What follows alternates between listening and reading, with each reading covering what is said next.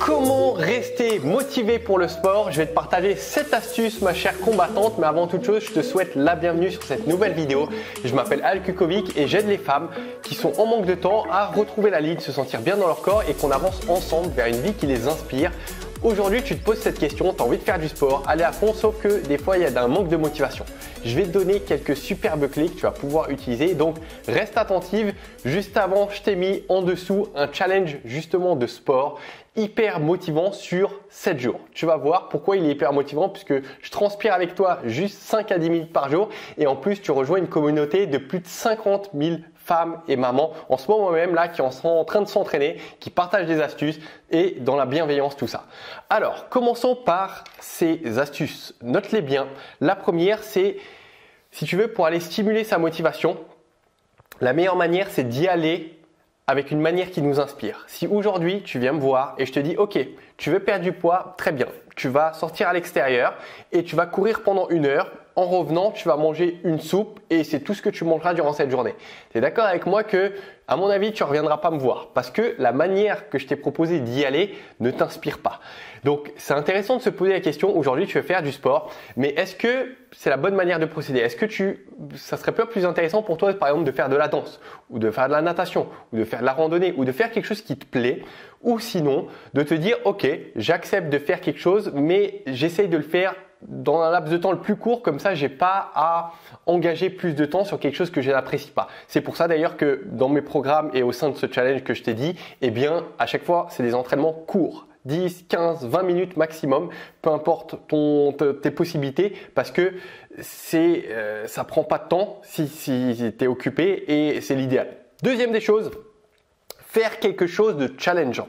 Si aujourd'hui, pareillement, je te donne une activité physique qui va être trop dure, tu n'auras pas envie de la finir. Mais si c'est trop simple, c'est pas stimulant. Donc en fait, c'est intéressant d'aller voir le juste milieu et d'essayer de te challenger sur quelque chose. J'ai certains entraînements dans la chaîne YouTube que tu pourras aller voir et essaye d'expérimenter pour voir, tu les trouveras en description où ils vont s'afficher pour voir si toi ça te parle et si c'est challengeant et tu vas voir que tu auras beaucoup plus d'entrain à les faire. Troisième, enlever les frictions. Alors j'adore cette partie où en fait tout ce qui est psychologie ça m'intéresse énormément et il y a des études qui ont été observées dans ce sens-là. Je veux dire quoi par friction? Aujourd'hui, il y a plein de blocages qui nous amènent à passer à l'action pour plein de choses différentes. Là, on parle d'activité physique, mais ça peut être par exemple pour démarrer un projet, pour prendre soin de toi, pour faire quelque chose pour quelqu'un. Et en fait, il y a toujours une friction.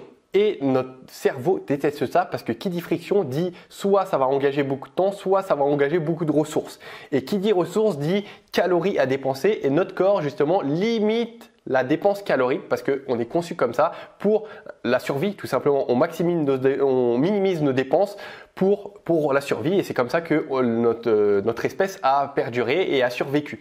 Par conséquent, les frictions c'est quoi? C'est si je veux faire du sport, eh bien, si je dois aller m'habiller, préparer mon sac de sport, aller à la salle de sport, ce qui est à 30 minutes et revenir 30 minutes, tu es d'accord avec moi que c'est compliqué. D'ailleurs, c'est pour ça que les salles de sport marchent du tonnerre parce que, je connais pas la statistique, mais à mon avis, il y a sûrement la moitié des inscrits et des inscrites qui n'y vont pas et du coup, ça fait de la place.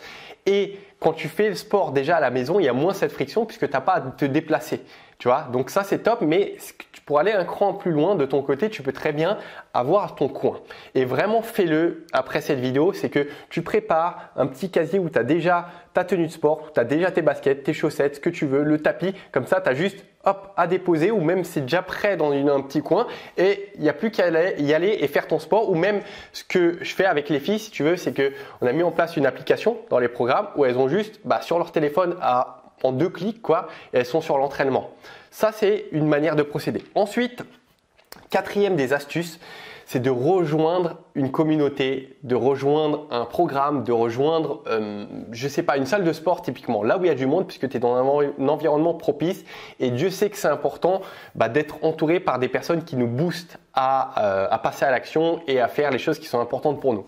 Ensuite, cinquième des astuces, te récompenser. Tout simplement, tu peux te dire, OK, là, je vais faire mon sport.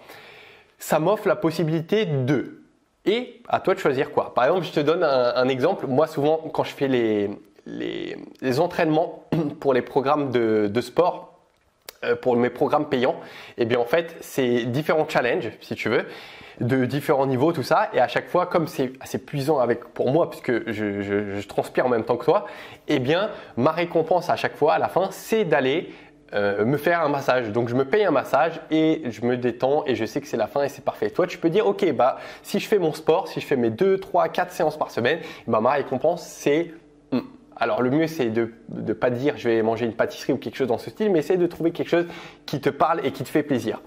6e des astuces, la musique, tout simplement. C'est un super déclencheur et en fait, j'utilise pas mal ça avec les filles, enfin du moins je leur partage, c'est que pour se motiver, c'est bien d'aller chercher des ancrages qui sont naturellement présents. Et la musique est un super ancrage puisque ça te plonge à certains moments de ta vie et ça replonge dans certaines émotions. Donc soit émotion de gratitude, soit émotion de motivation, soit émotion de joie. Et c'est bien d'avoir aujourd'hui à disposition avec toi un MP3. Alors, je ne sais pas si tu en as un ou pas, mais vraiment aujourd'hui, ça coûte 15, 20, 25 euros, tu as des MP3, c'est tout petit, tu les mets et il ne faut pas que tu aies sentiment de non, moi ça ne m'intéresse pas parce que c'est une super manière, je trouve, d'avoir de la musique de poche et de pouvoir switcher comme ça d'émotions. Des fois, tu peux te sentir triste, mais tu as tes écouteurs, tu as la musique qui te parle, qui te prend au trip.